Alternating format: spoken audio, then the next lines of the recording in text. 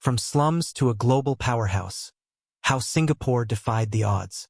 In 1965, Singapore was forced out of Malaysia. No army, no natural resources, not even enough fresh water to survive. This tiny island of 2 million people was a patchwork of slums and chaos. The world expected Singapore to crumble. But one man had a different vision. Lee Kuan Yew refused to give up. He declared, "We'll survive, we'll grow, and we'll prove everyone wrong."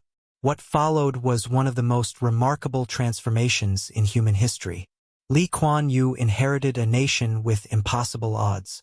No natural resources, hostile neighbors, racial tensions and riots tearing the city apart. 75% of people living in slums. Malaysia even cut off Singapore's water supply, hoping they'd come crawling back. But Lee's first move shocked everyone. He built Singapore's military from scratch. "If you want to be friends, great," he said. "If not, we're ready." Survival came first. Once Singapore was secure, Lee turned to his master plan. A radical, unflinching blueprint for transformation. He declared English the national language, uniting a population of Chinese, Malays, and Indians under one tongue. Racial segregation was outlawed. Slums were demolished.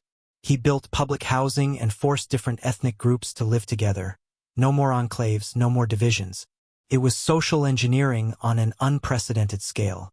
His housing policy transformed Singapore into a nation where 90% of people own their homes. A staggering shift from 75% living in slums just decades before. Lee made it clear there would be zero tolerance for corruption. He paid public servants top salaries, eliminated bribery, and held everyone accountable. Foreign investors took notice. Singapore became a hub for global trade. Lee invited multinational corporations, offering them a skilled, disciplined workforce and the world's best port infrastructure.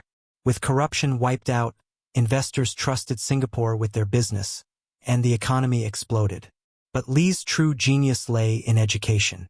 He taught the entire nation English, prioritized technology and engineering, and sent the brightest students abroad to learn from the best. Teachers were paid top salaries, and merit became everything. By 1990, the results spoke for themselves. GDP skyrocketed from $1,500 to $22,000 per person.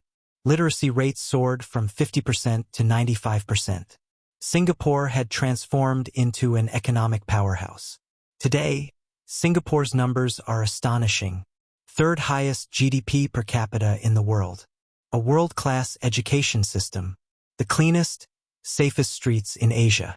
Some of the most expensive real estate globally. Singapore's living standards now surpass those of the UK and the US. Lee's methods were controversial. "I'm not interested in democracy," he said. "I'm interested in what works." And what worked was his ruthless focus on survival, pragmatism, and meritocracy.